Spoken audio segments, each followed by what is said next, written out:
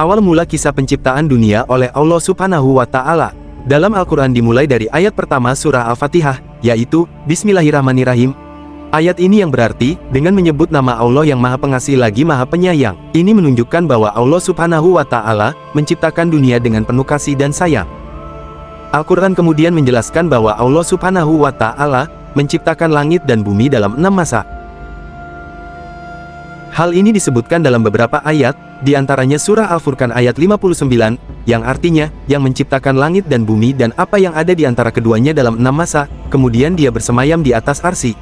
Dialah yang Maha Pengasih, maka tanyakanlah tentang Allah, kepada orang yang lebih mengetahui, Muhammad.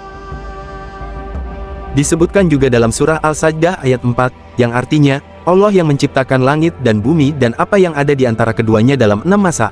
Kemudian dia bersemayam di atas arsy.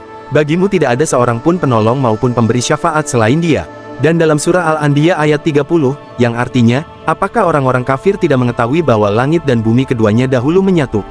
Kemudian kami memisahkan keduanya dan kami menjadikan segala sesuatu yang hidup berasal dari air? Maka, tidakkah mereka beriman? Pada masa pertama, Allah Subhanahu wa Ta'ala menciptakan alam semesta dari kegelapan dan kekosongan. Pada masa kedua, Allah Subhanahu wa Ta'ala menciptakan langit dan bumi, tetapi keduanya masih terpisah.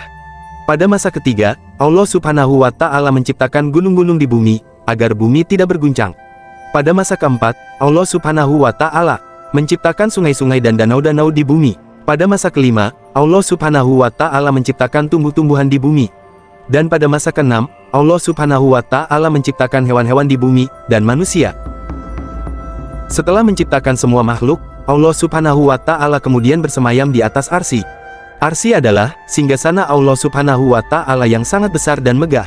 Hal ini sebagaimana yang telah disebutkan dalam surah Al-Furqan ayat 59, dan surat Al-Sajdah ayat 4. Al-Quran juga menjelaskan bahwa penciptaan dunia ini dilakukan oleh Allah Subhanahu wa Ta'ala dengan mudah. Hal ini disebutkan dalam surah Al-Baqarah ayat 117, yang artinya, Allah jualah yang menciptakan langit dan bumi dengan segala keindahannya, dan apabila ia berkehendak untuk menjadikan suatu, maka ia hanya berfirman kepadanya, jadilah engkau, lalu menjadilah ia.